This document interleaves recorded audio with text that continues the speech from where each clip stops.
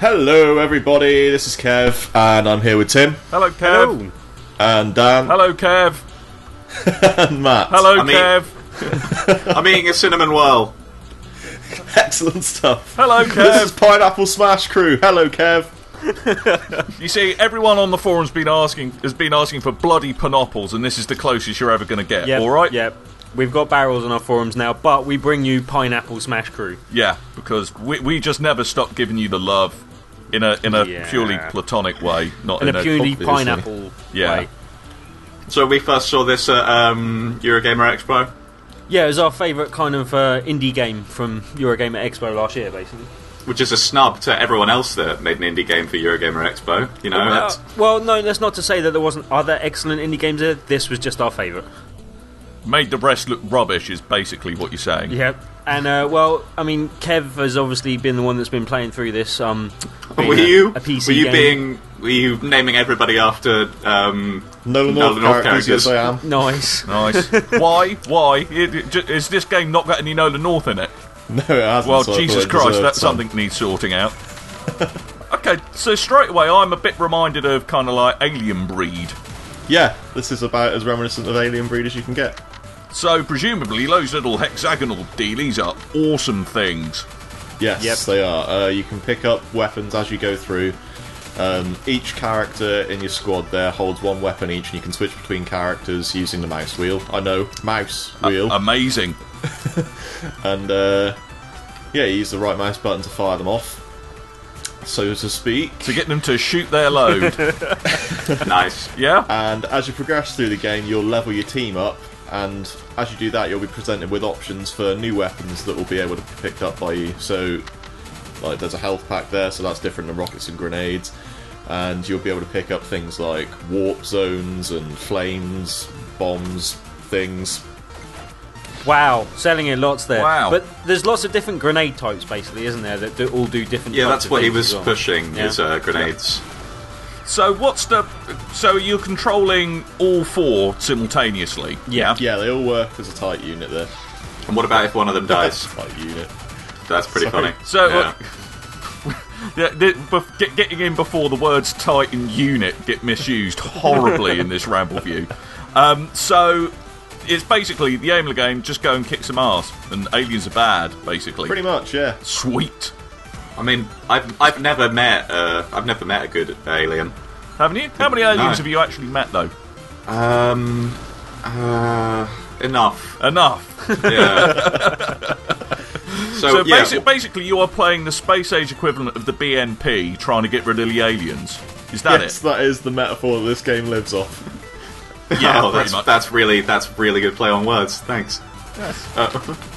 Anytime. So, what happens if one of these guys dies? He stops breathing. When one of these people dies, you just lose that member of your team, and then once you complete the level, if you manage to finish the level, you get a replacement dude that you can no longer name.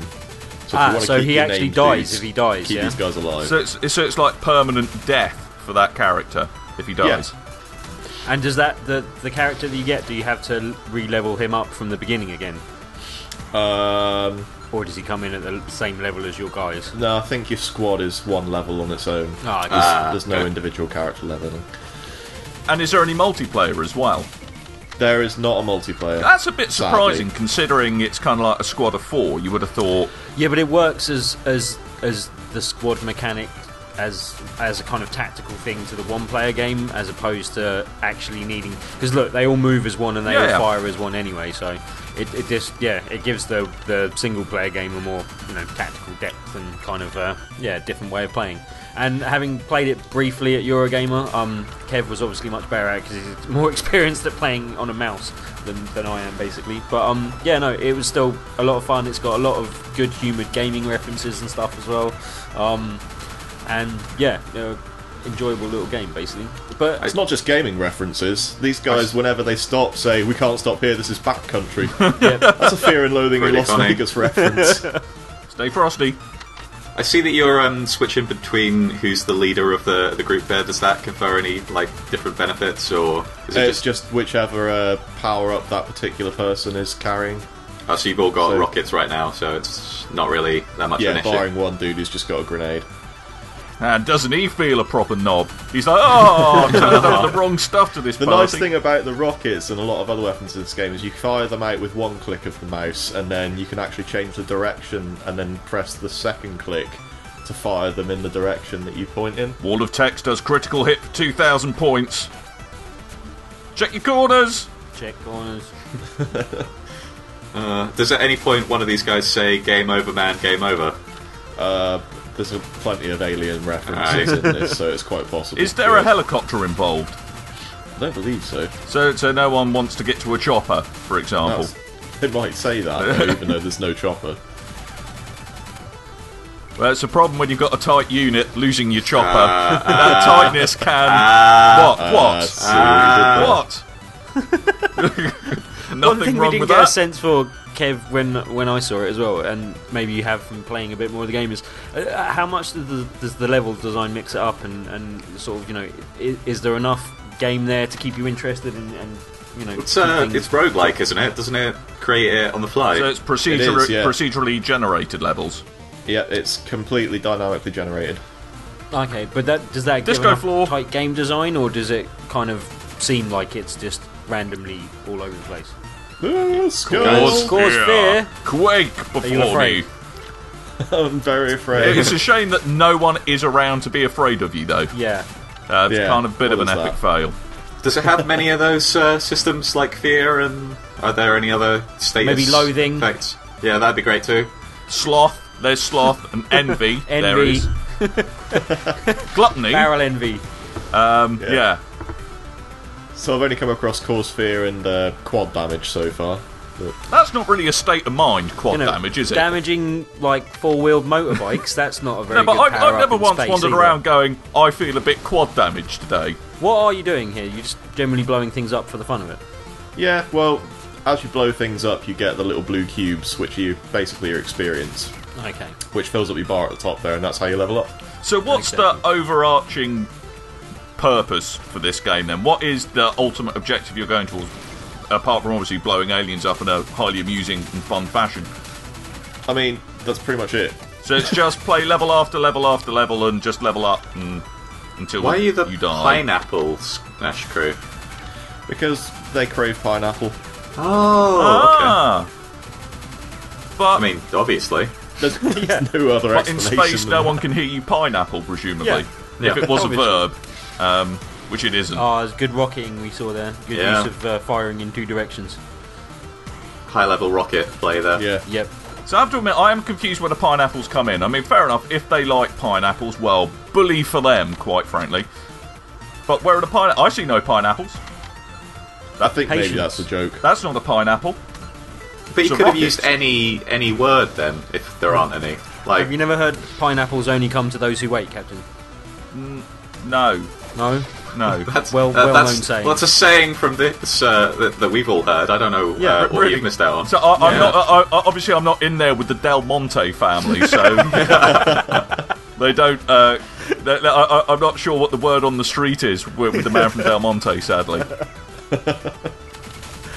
But yeah, one thing I can't remember from when I played it as well, Kev. How do you do the healing as well? Is that just you can stop at some stage, or do you actually need like med packs and stuff?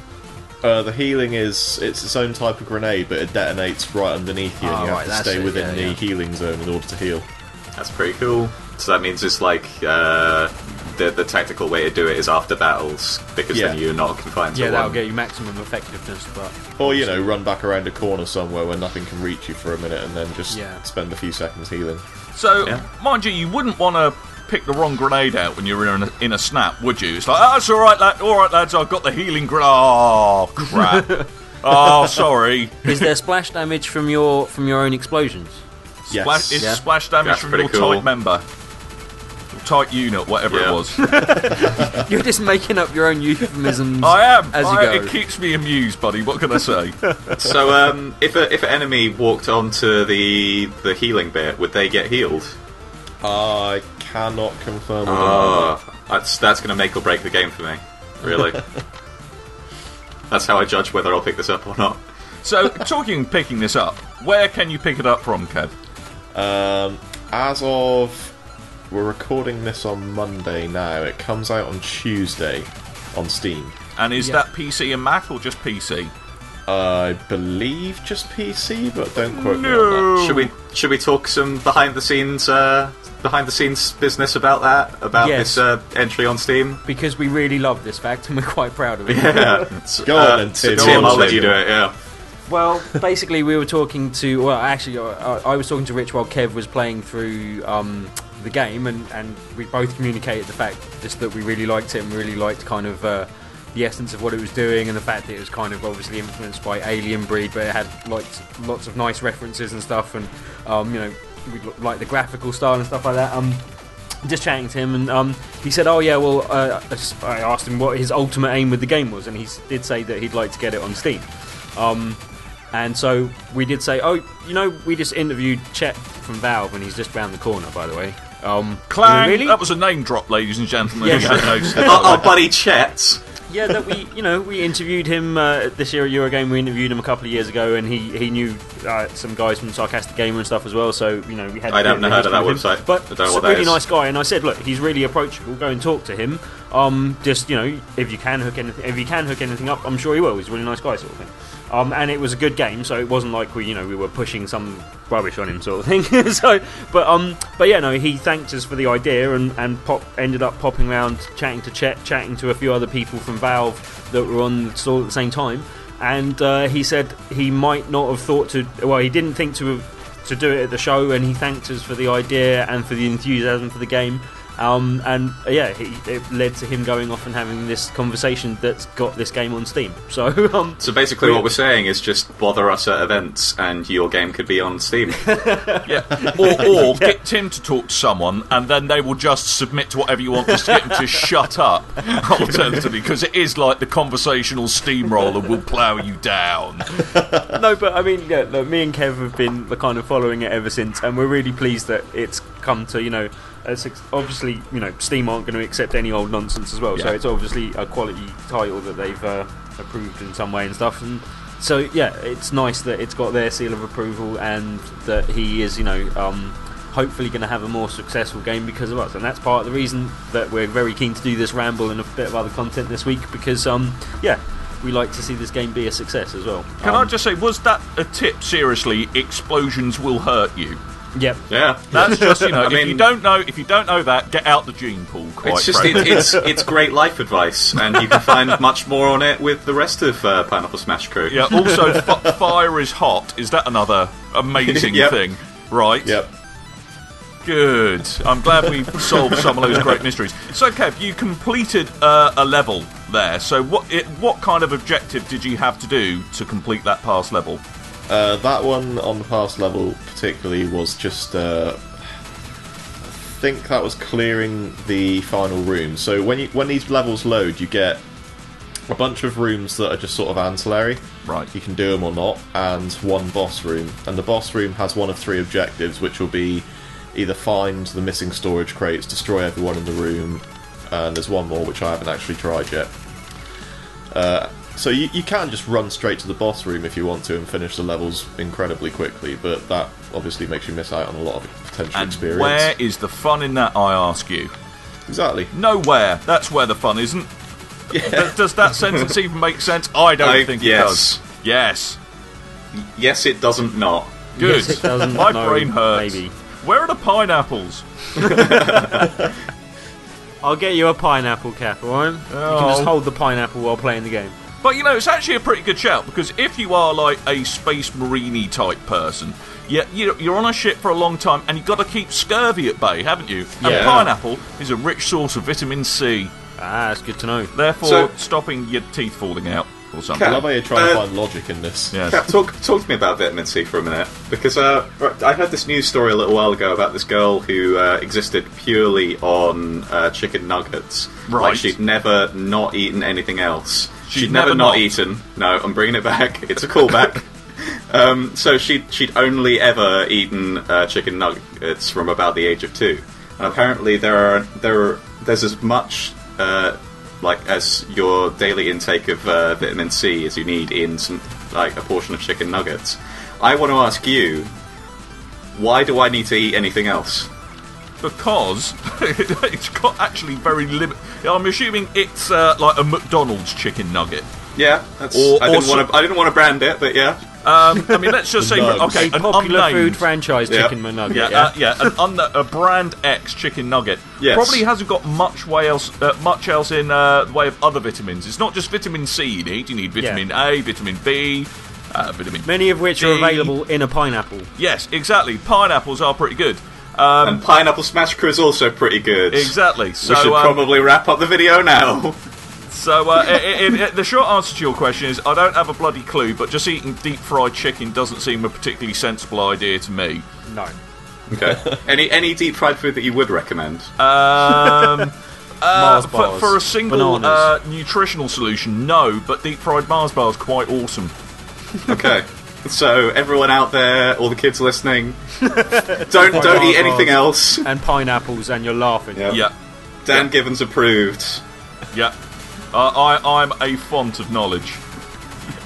I have this weird craving for pineapple. He just said that there. You see, Captain? Do you see? Well, Dan, even. You're still getting confused by me no longer being Captain Average, aren't you? Yeah. It's because you'll still always be average to me. Oh, mate, that's very nice. You'll always be a filthy dog to me as well, buddy. I want to give a shout out, actually, to... Actually, this is a really terrible idea now because I can't remember his goddamn name. The guy who does the music for this game. Oh, well, that is an awesome shout out. You know, actually, problems with short-term memory recall is a symptom of scurvy. So you, sir, need to make sure you got some pineapples. Or some chicken nuggets, who knows? But yeah, the music in this game is great. It's just really awesome chiptunes. You could probably say it's Danny Baranowski and you'd probably be right. It's not, but yeah, that would be lovely. I mean, chip tunes are the in thing at the moment, aren't they? Yeah. They've gone from being something desired by the hipster fraternity, and it's now made its way into normal society. Well, they make such good sense for like little retro-looking games. Yeah, absolutely. Or, you know, Anamanaguchi got big, and it just from there. I noticed before when you threw a grenade that it seemed to form around the contours of the room. Like if it was in a really tight space, then it went down those directions rather than just being one big explosion. That's pretty cool. Yeah, it is. In the same way that a tight unit would mould itself to any crevice in which it found itself situated. There's genuinely a lot of strategy to be found in this game, which I think is one of the things that draws you back. And it does look good fun. I mean, this is almost something that would do well as a twin-stick shooter on, say, the Vita, for example. It's kind of looks like it's got live arcaders and stuff as well, basically. Yeah, it's kind of got that 5-10 minute pick up and play, have a bit of a laugh, and have some wicked fun causing massive explosions. Yeah, absolutely. It is one of those games that, some games sometimes they don't look much to play when other people are, like, when you're watching someone else play them. This looks like a game that I now want to pick up and play because I've just been watching you play it, sort of thing, Well, it almost reminds me a bit of, do you remember Cannon Fodder back in the day on the Amiga? Oh, yeah. He actually cites that as one of his inspirations. Oh, man, I didn't see it before, but yeah, definitely. Because that was a great game for that kind of very similar reason, and, this looks a right-off, and it needs to be out on the Mac. Come on. Don't make me buy a copy of Windows. Well, everyone, you need to follow Rich Make Game on Twitter and tell him that he needs to port it over. Yeah. I mean, what's he doing? Yeah. And you also need to pick this up on Steam as soon as it comes out, which is soon. Ah, well, look at you completing that. So hopefully by the time you see this Ramble View, Pineapple Smash Crew will be available on Steam. Do we know how much for? I cannot confirm price. But not very much. You know it, but you just can't confirm it. Absolutely. Good man. Can't deny that. Good man. You're sounding more and more like an official spokesperson every day, Kev. I'm planning my PR rep. You've had PR handling training, haven't you? Do you know what PR means if you're a medic? Per rectum. I really don't want to know. Per rectum. And that's the end of the video. Goodbye, everyone. That's it done. See you later, guys. guys. Buy pineapples and Pineapple Smash Crew.